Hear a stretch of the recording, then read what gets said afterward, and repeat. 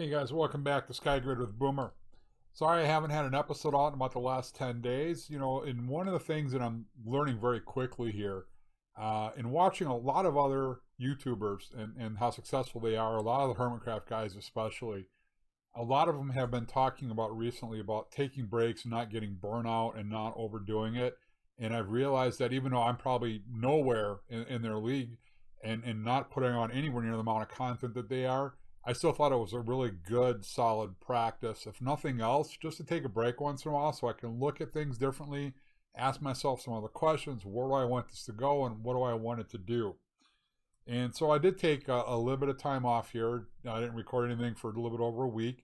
I've been playing on a grid, having fun, spending a lot of time with my family. But I wanted to get back and show you a couple of things. And you can see behind me some farms I've been working on. I'm still kind of playing around with this layout a little bit. I don't necessarily like it or the color scheme, but I'm still going to tweak that. But what I really wanted to focus in on and show you today was the bridge.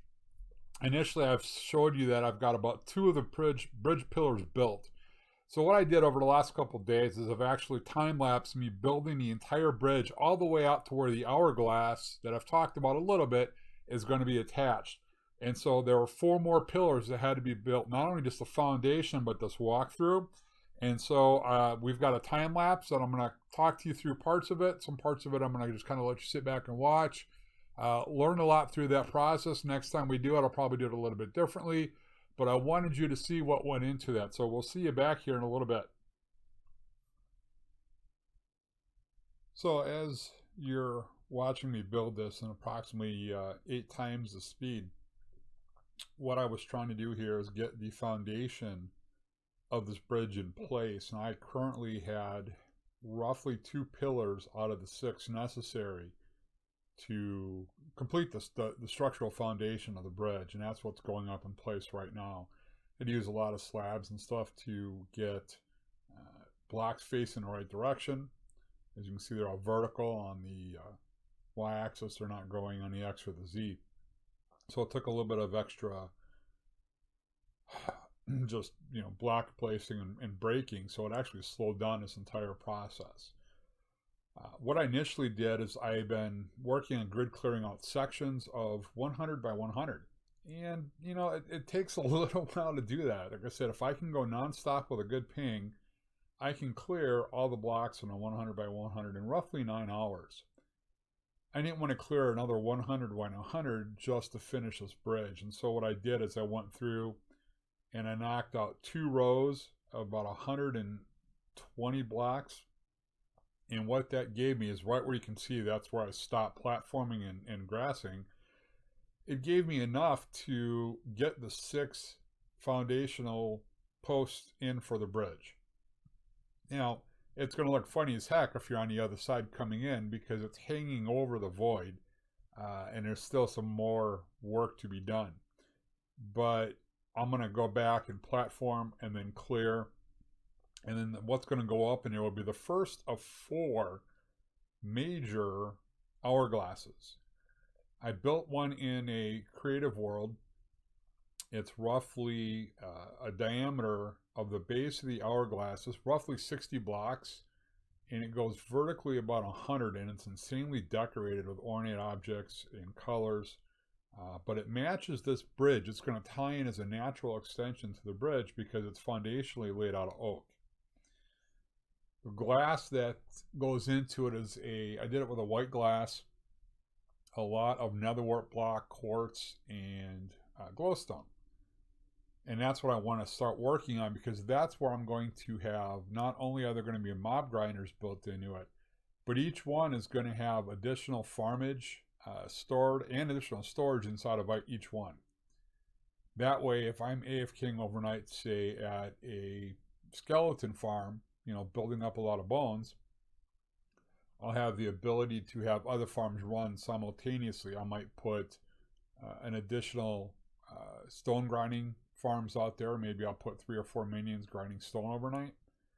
Maybe I'll have a second AFK grinder within it. So maybe I'll do a skeleton and a witch and then just have a mass sorter for each one.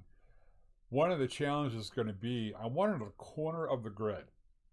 when we first reset, normally I'd been against corners because then I'm kind of limited on two sides on expanding, but I initially grabbed the furthest out 100 chunk or 100 by 100 block that I could and started expanding from there.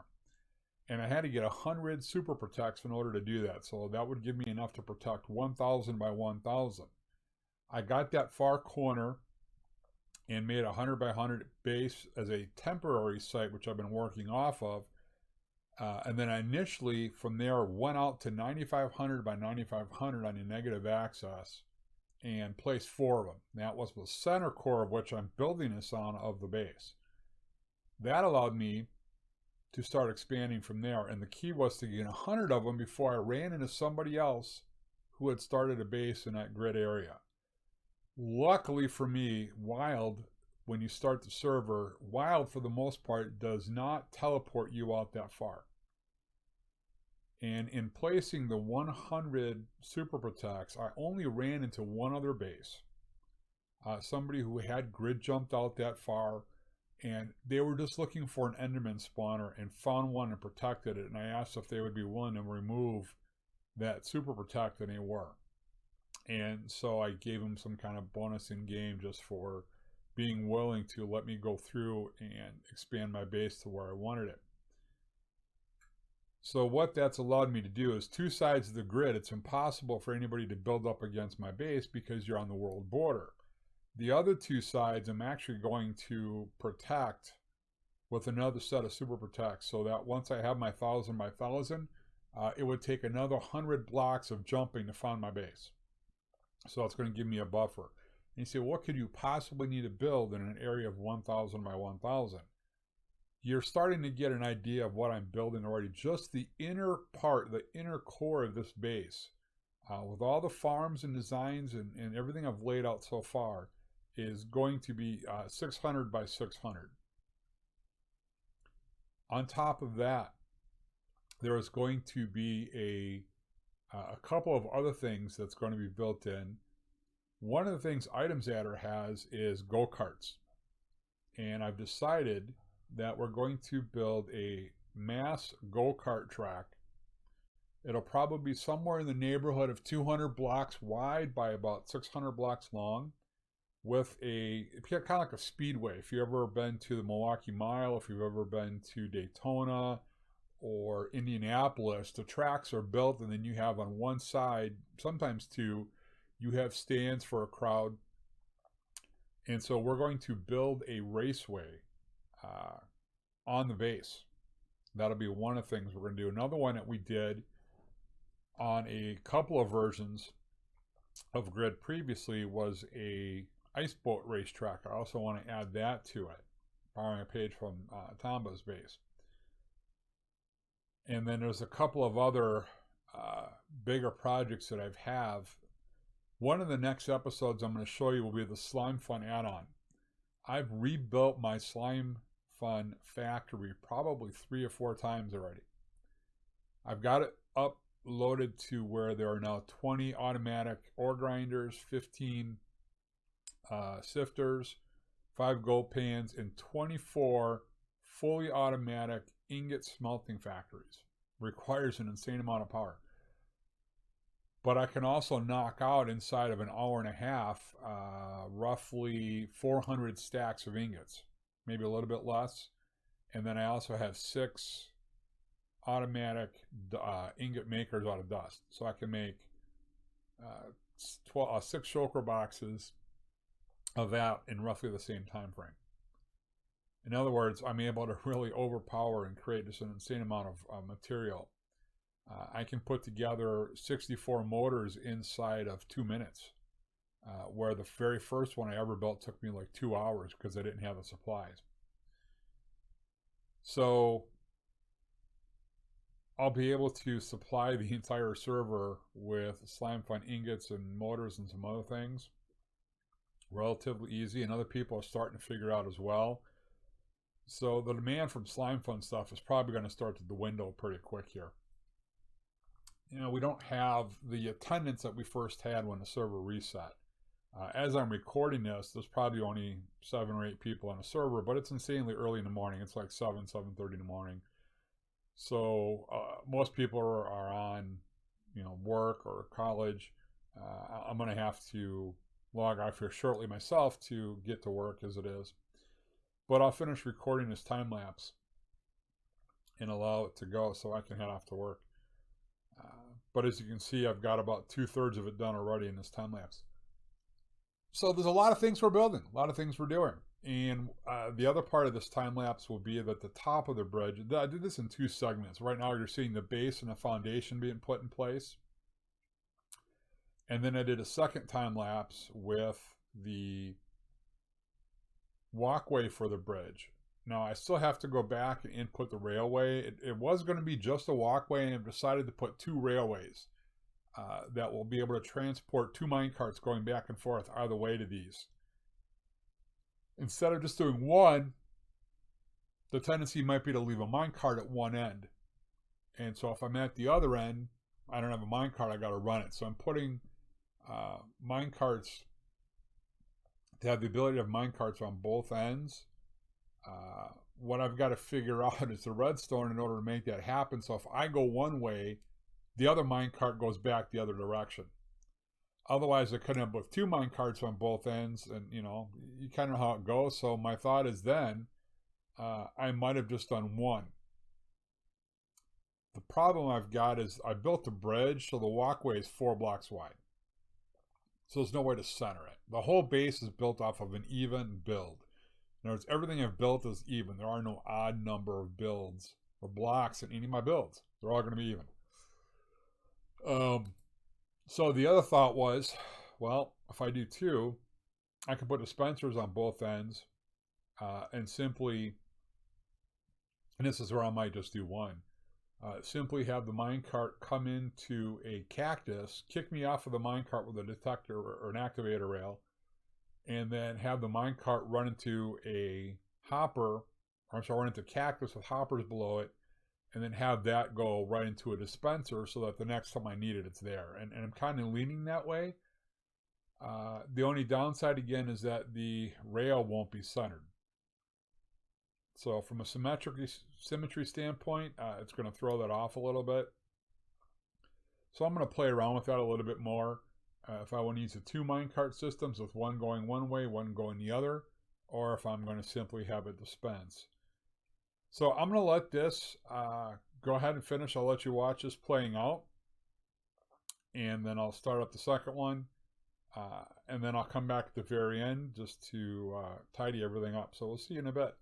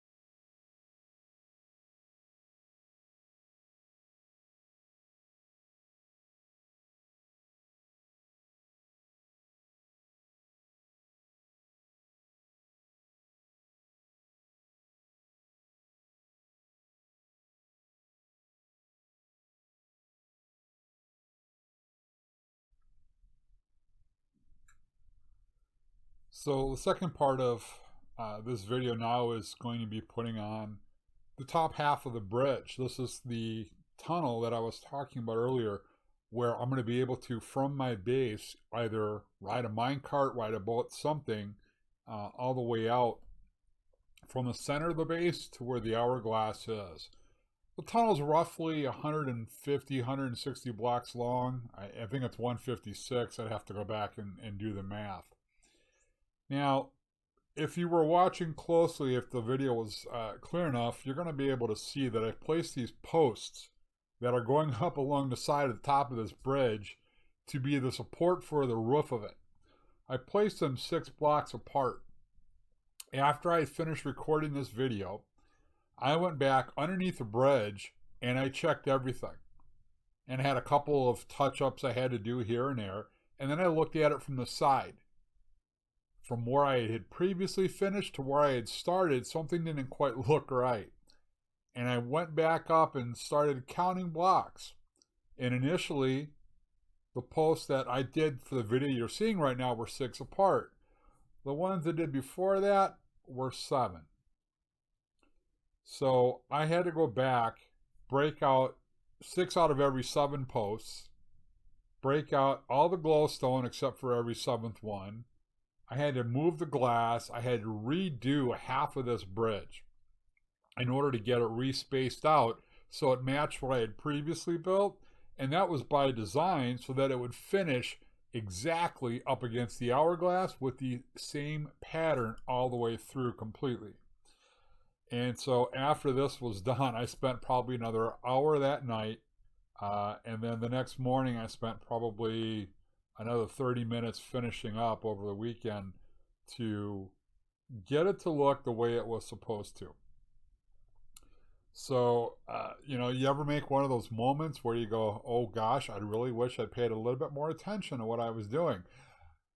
Yeah, that was a couple of hours worth of, oh gosh, I can't believe I screwed this up so bad. And, it happens. It's fixed. It looks great now. When this is all done playing through, I actually am going to take you through the bridge so you can get to see just how it should have looked and how it does look, and get an idea. And if you've got suggestions on my little dilemma here I've got with the minecart railway, because it is 4 wide, do I do 1 track and not care? Do I do 2? If you know anything about me, and if you've seen any of my bases on the server, or if you've been watching this video series, I do build very symmetrically. And at times it's very annoying. Simply because that's not the only way to build, nor is it kind of how the world functions. And some of the structures you're going to see being built going forward won't be symmetrical. A lot of the base is for the simple process of just, keeping it look consistent. But there are going to be a number of builds that will not be symmetrical. And I'm actually looking forward to getting to those because they have challenged me as a builder a lot to think outside the box. So as we wrap up here, we'll let this finish up, and then I will meet you on the server. See you next. So back where we first started today, we're going to walk through the bridge on the inside and the outside just to show you what this should look like. So this is actually going to be coming, I just finished building this a while ago. This is coming from a crop area in the center of the tower. Got a couple of Netherwort minion farms up and running, a carrot and potato farm going, a little bit of storage and lighting. I'm not quite sure. This room does not come together. And I think it's a carpet. The problem is I don't want to have the sea lanterns out either. So I may change to a black carpet. I might try another color. I'm not happy with the way this looks yet, so I'm going to experiment and see if I can't get ideas. Excuse me. If you think there's a carpet that would look really good in here, please let me know. But we'll come back to that. We want to take you, however, through the bridge. And so this is kind of, you can look out the bridge and see there'll be more farms and other things that would be outside of here, just to give you a quick little glance. And like I said, this runs somewhere in the neighborhood of about 160 blocks. You can see where I had initially stopped my grid clearing for that initial platform. And then below this, I did just enough to give me area to work. to build to step back and look. And once you get to the end of this, that will be where the hourglass will be attached. So I was going to run the minecart rails right along here, since in 1.14 you can now place minecarts on glowstone. And then right here, this will be the hourglass. There's going to be a water vader going up and one going down. So let's see, can I get here without falling into the void? Yep. All right, where's the next landing area? There it is. Perfect. Okay. So I created just some like underlighting, because there's actually going to be, I haven't even told anybody this yet, there are going to be rings that go around the entire base that will fly right through here, and they're big circular rings. Out at this point, it's roughly 256 block ring that's going to be fully decorated and pathed and mined out. So that's going to be kind of crazy. So I've got all the undersides done. Same thing, there's another ring. Actually, I think the rings only come out to the third or fourth one. Then after that, it's a little bit different. You can see the tower back there in the background. There are rings that go through at least 3, which is 256 block ring, because it's 128 to that, and it's obviously parallel on the other side. So just to give you an idea what the pattern looks like, I think I might have shown this from the side before. But now you can kind of get an idea and see, and I'm going to start working and going back and clearing this. I do want to clear enough so I can start building the first hourglass. So unfortunately, you're not getting a great view of this, but you can see what it went into this bridge and get an idea of the amount of time and effort. It took me roughly 3 hours to build, and then about 45 minutes to an hour to correct some of the things I did wrong, including that rebuilding of the top that I had mentioned. And so this is going to be duplicated so that this bridge comes out of all 4 sides of the tower. So I'm going to have a bridge heading off that way, one from the other side going that way, and then another one going out there. And then you will have these walkways underneath, but all those start from up there. So let's head back up to where we started through our water vader, right by the farm. And this is where we started, and I think it's kind of appropriate that this is where we'll end. So I say thank you for watching. If you liked this video, if you liked what I did, please give me a thumbs up. You know, being still relatively new to this, I'm learning a lot, and watching the time-lapse come back, I definitely learned a lot of things that would probably have done a little bit different. But this is a journey we're going to go on together, and so we're all going to learn this together. And so the next time we do a time-lapse, we're going to do a couple things a little bit different, break it down into some smaller segments. One of the challenges, too, is finding royalty-free music that you can use. I'm not a music producer. I'm not good at those kind of things. So the guy that does my intro music, Angry Lemon, that's just a very small snippet that I've pulled out. And he's got a couple of ones that are out there that I've been able to use in the past. I am looking for other sources as well to use, and I know they're out there. I've just got to spend a little bit more time looking into it. If you're new to the channel, I'd encourage you to please subscribe and turn on notifications so you know when we have a new video coming out. But as always, when you're on Skygrid, you gotta go boomer or you gotta go home. Thanks for watching, and we'll see you later.